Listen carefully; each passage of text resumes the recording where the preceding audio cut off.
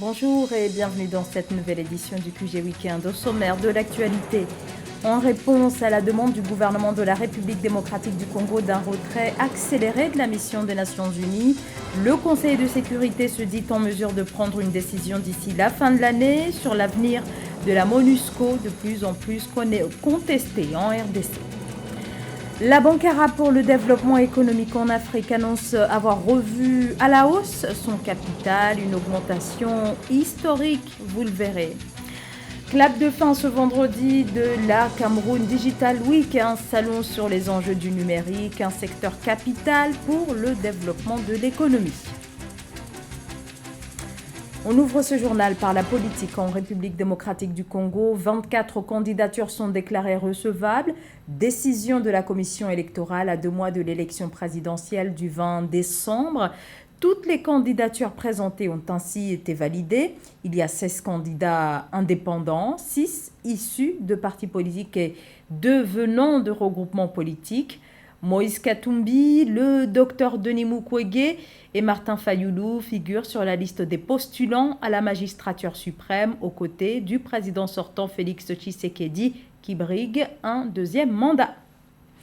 Le Conseil de sécurité de l'ONU se dit prêt à décider du retrait progressif de la MONUSCO, un positionnement en réponse à la demande formulée par le gouvernement congolais d'un retrait accéléré de la mission des Nations Unies d'ici la fin de cette année, au moment où la MONUSCO, la mission déployée depuis 24 ans à RDC, est plus que jamais décriée à cause de la persistance de l'insécurité à l'est du pays. Tchekomar Kamara.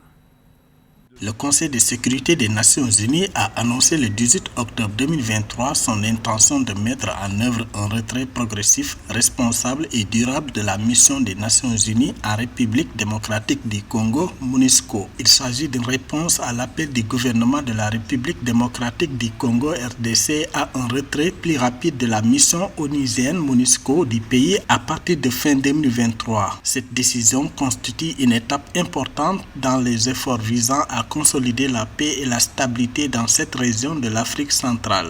Après plus de 20 ans d'existence, le Conseil de sécurité de l'ONU estime que le moment est venu d'envisager un retrait progressif de la MONUSCO, exigeant la fin à toute nouvelle avancée du M23 visée par les sanctions de l'ONU. On se rend compte que c'est à quelques mois des élections à venir en RDC que le gouvernement, après avoir instauré de façon unilatérale un état de siège qui n'a pas porté de fruits parce qu'il y a eu autant de morts et que les incursions du M23 à partir du Rwanda se sont multipliées. Mais ce qui est sûr, c'est que sans la MONUSCO, qui va se retirer progressivement à la demande du gouvernement de la RDC, sans la MONUSCO, qui a une présence dissuasive, il y aura beaucoup plus d'actes de terreur et de violence. Pour garantir un retrait durable, le Conseil de sécurité de l'ONU souligne l'importance d'une action coordonnée et d'une coopération étroite entre les autorités congolaises, les acteurs régionaux et la communauté internationale. L'objectif ultime est de permettre à la RD Congo de maintenir la paix et la sécurité à long terme. Il faudrait bien qu'après les élections, toutes les populations concernées puissent se concerter pour asseoir des mesures qui puissent non pas éradiquer, mais essayer de réduire les effets des incursions des troupes du M23 dans cette partie de la RDC. Sinon, Tshisekedi n'aura rien fait d'autre que pris une décision politique. Créée en 1999, la MONUSCO fait l'objet de vives critiques en RD Congo pour avoir échoué à ramener la paix à l'est du pays. La mission des Nations Unies a perdu la confiance d'une partie de la population et des dirigeants. Le 20 septembre 2023, le président de la République démocratique du Congo, Félix Tshisekedi, a demandé à l'Assemblée générale des Nations unies un départ accéléré des casques bleus d'ici fin 2023, regrettant leur incapacité à faire face aux groupes armés et à ramener la stabilité.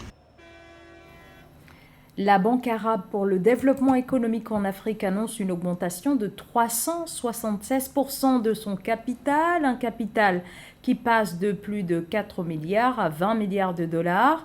Cette hausse historique a été décidée à l'unanimité par les actionnaires de cette institution membre de la Ligue arabe. Marcel Kouassi. En 2022, La Banque arabe pour le développement économique en Afrique, BADEA, institution financière indépendante de la Ligue arabe des États arabes, a vu son capital passer de 4,2 milliards de dollars à 20 milliards de dollars, soit une hausse de 376%. Au premier et deuxième trimestre de l'année 2023, la banque s'est vue attribuer la note de AA2 par l'agence de notation américaine Moody's, un triple A par l'agence de notation japonaise JCR.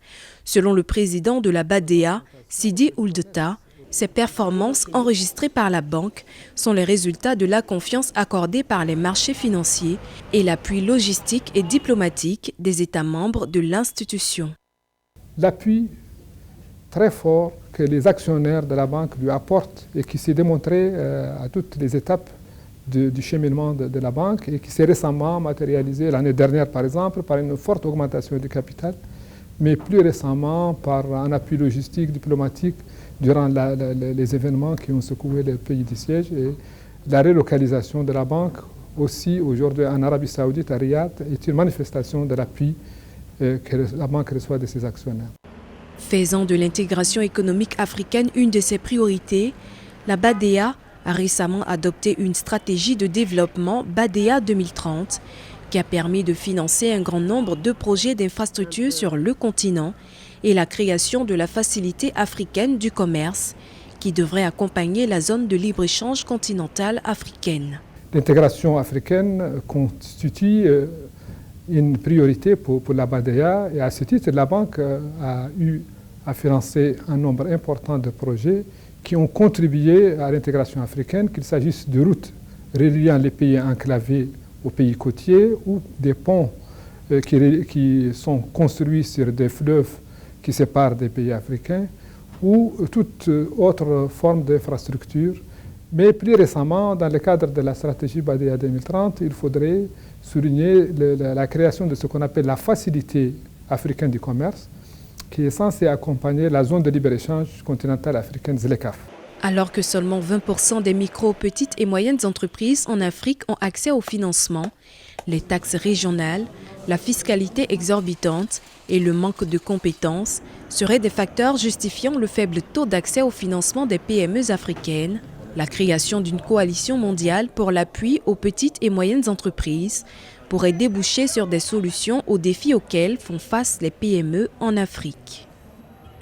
L'Afrique du Sud obtient l'ouverture de pourparlers. La Banque mondiale lance des négociations avec le gouvernement sud-africain en vue d'un prêt d'1 milliard de dollars dédié à la réforme du secteur énergétique. L'Afrique du Sud est en proie à une profonde crise de l'électricité qui s'est aggravée depuis l'année dernière. Eskom, l'entreprise publique qui fournit la grande majorité de l'électricité du pays, est plombée par un parc de centrales à charbon défaillantes. Conséquence, une incapacité à produire suffisamment d'électricité, ce qui entraîne régulièrement des délestages. Eskom est également rongé par les dettes après des années de mauvaise gestion et de corruption sous la présidence de Jacob Zuma. Devant l'essoufflement de sa rente pétrolière, l'État gabonais cherche à diversifier son économie. Le gouvernement de transition se dit engagé sur la question et pour y parvenir, le ministère, notamment celui de l'économie, met en avant la nécessité de lancer des réformes structurelles afin de favoriser un climat des affaires propice aux investissements. Les précisions de Marcel Kouassi. Depuis leur arrivée au pouvoir le 30 août 2023, les autorités de la transition gabonaise mènent des réformes structurelles afin de restaurer la confiance dans les engagements financiers du pays. Dans ses perspectives économiques de 2023, publiées au deuxième trimestre, la Banque africaine de développement prévoyait un léger recul de la croissance du produit intérieur brut du pays à 2,7% en 2023 contre 3% en 2022. Le ministre de l'économie et des participations définit les périmètres précis de l'assainissement des finances publiques dans son pays. L'assainissement des finances publiques tel qu'on l'entend, c'est quoi? Premièrement, moins de déperditions financières. Nous y travaillons. Deuxièmement, faire en sorte que lorsque l'on collecte, et nous savons qu'il y a des déperditions financières, notamment dans la collecte, la performance de la collecte n'est pas optimale.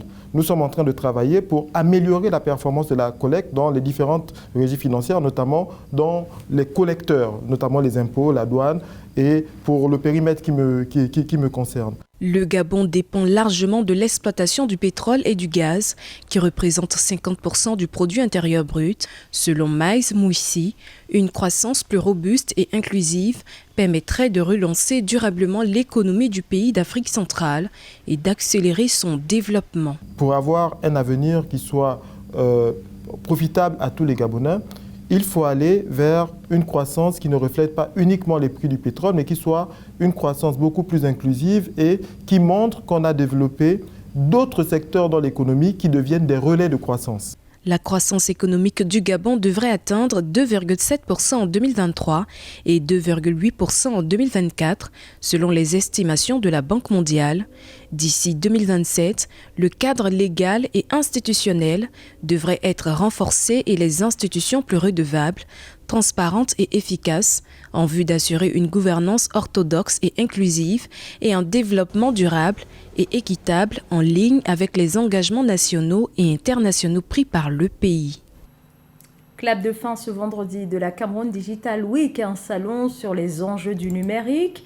Le numérique, l'avenir du continent, surtout quand on sait que 85% des emplois futurs, c'est-à-dire d'ici à 2030, n'existent pas encore aujourd'hui. L'outil Internet et informatique prend de plus en plus d'importance, vous le savez, dans l'économie.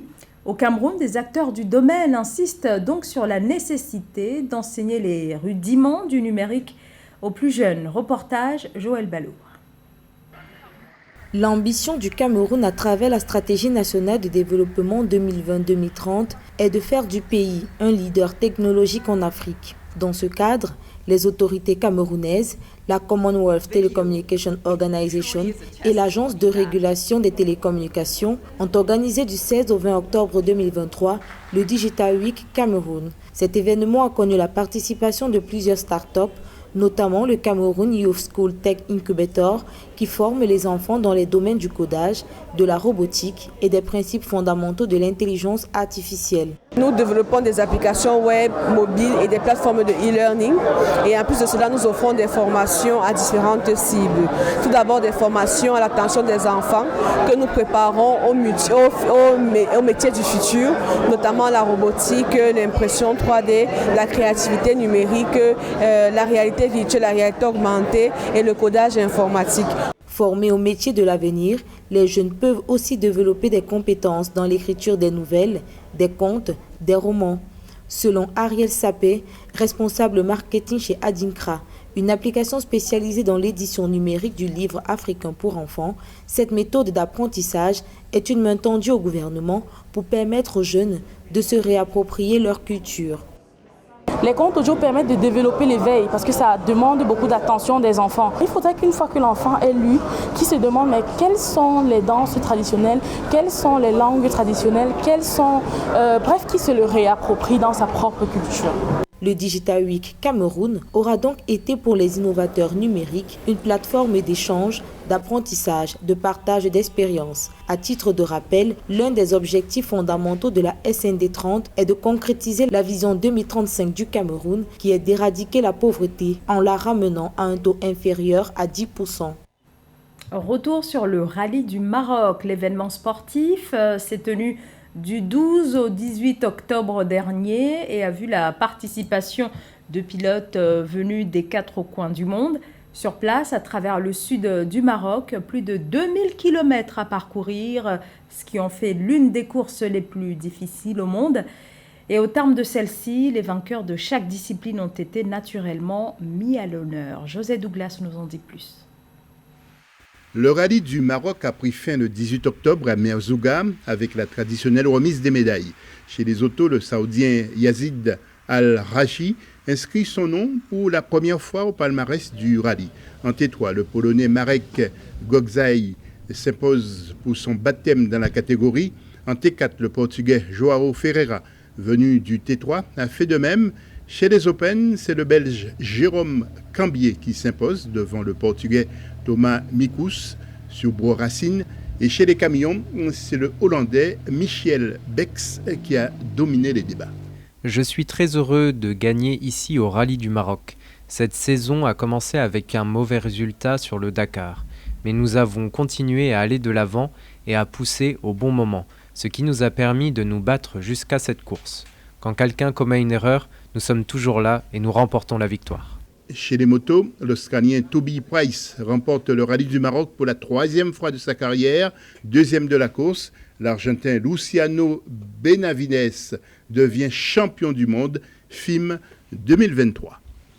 Nous avons donné tout ce que nous pouvions pour cette course, mais pour le titre W2RC, cela n'a pas fonctionné.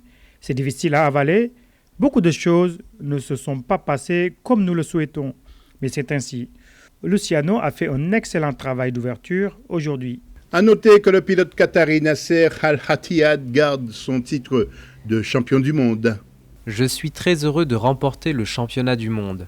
La communication entre Mathieu et moi est fantastique et c'est la clé de notre succès. Nous étions en tête ici au rallye du Maroc et nous avons eu un petit problème hier et aujourd'hui. Mais nous sommes très heureux de terminer. Merci à David Castera et à l'organisation, c'est un rallye extraordinaire. Un complexe sportif au sein du collège de Zagora a été inauguré lors du passage de la course en présence du basketteur Rouni Tioyaf. Un concert a eu lieu dans le bivouac à Agadir et des actions humanitaires ont été menées pendant ce rallye après le puissant séisme qui a frappé le pays. Prochain rallye raid du Maroc du 5 au 11 octobre 2024. C'est la fin de cette édition. Merci de l'avoir suivi. Restez avec nous sur Africa 24. L'actualité continue.